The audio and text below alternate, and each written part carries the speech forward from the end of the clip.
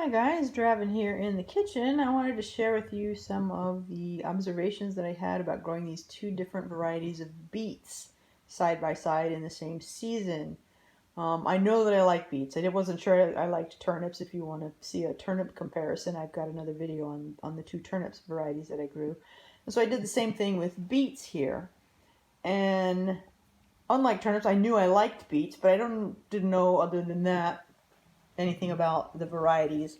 So I picked this one, it's called Ruby Queen, and I picked the other one called Tall Top Early Wonder.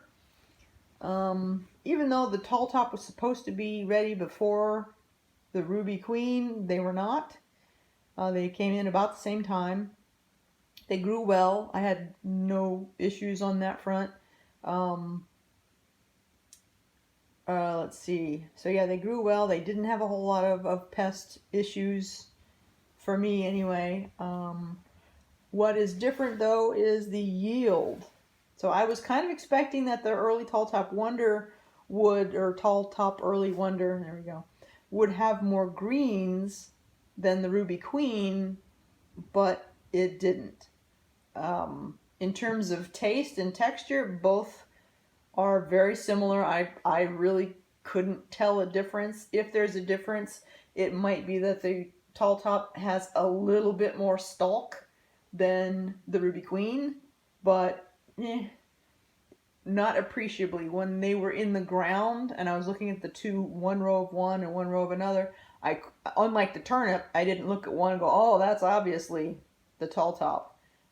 Whereas with the turnip, the white globe was significantly higher than the purple top turnip was. So that one was definitely a difference on the greens side of things. But in terms of these two varieties, I didn't see a difference on the greens. They're both tasty. They both grew well.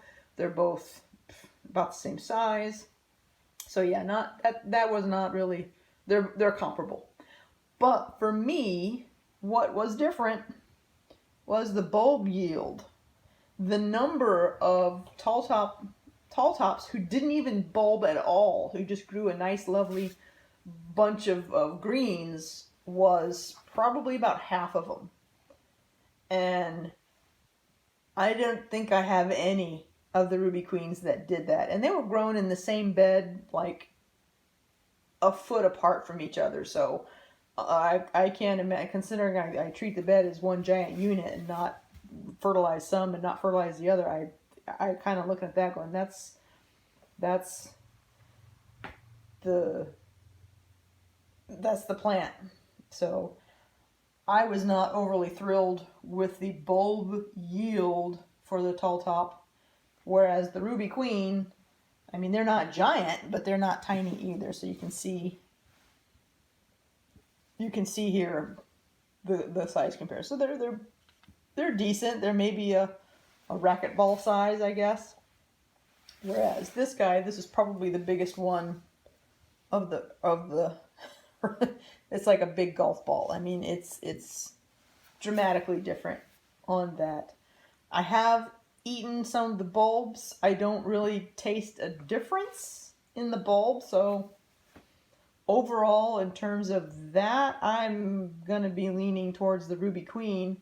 I'll probably pick some more varieties next year and compare the Ruby Queen versus some other types, but the Ruby Wonder is it's more of a, excuse me, the Tall Top Early Wonder. The Wonder was a dud as far as I'm concerned. I will not be growing that one again. I will not waste the time or the garden space on that particular variety. So we'll try Ruby Queen versus some other ones, but for this year, Ruby Queen, ding ding, winner for me.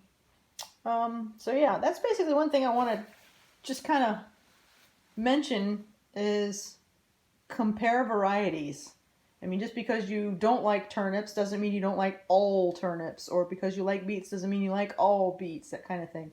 They're very different, and my experiment this year of growing just these two, and I grew 4 different carrots, and I liked all of them, and actually I grew 5 different carrots, and I liked all of them, but they were all very different. So yeah, grow varieties and see what you like. What grows well in your area and what does the job. The reason I picked the Ruby Queen was because I had read it does well for canning. Well, I don't really have much of a yield to bother with canning, but I am going to pickle them.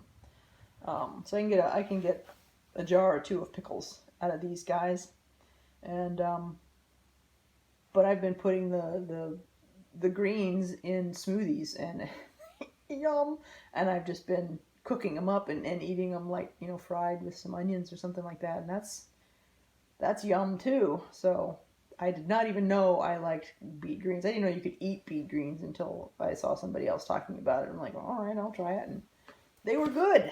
I was surprised. I kind of thought that they would be like the turnip greens, which I ended up not really liking, but no, not comparable at all in terms of taste, texture. They don't have any of those little pricker things that turnips have either. So if I wanted to make a green powder out of this, I could put the green powder this green powder into my smoothies and not have to worry about it. But with the turnips, if I put it when I made a green powder out of that, it still had the little hairs in it that felt like fiberglass. So I have to cook that. I have to cook that even as a green powder. But I don't have to cook these guys if I don't want to, and they're quite tasty. But anyway, so there's my experience with these particular two varieties. Yeah, so experiment with varieties. See what you like in your area and what grows well for you, and keep learning. Y'all have fun in your gardens. Bye.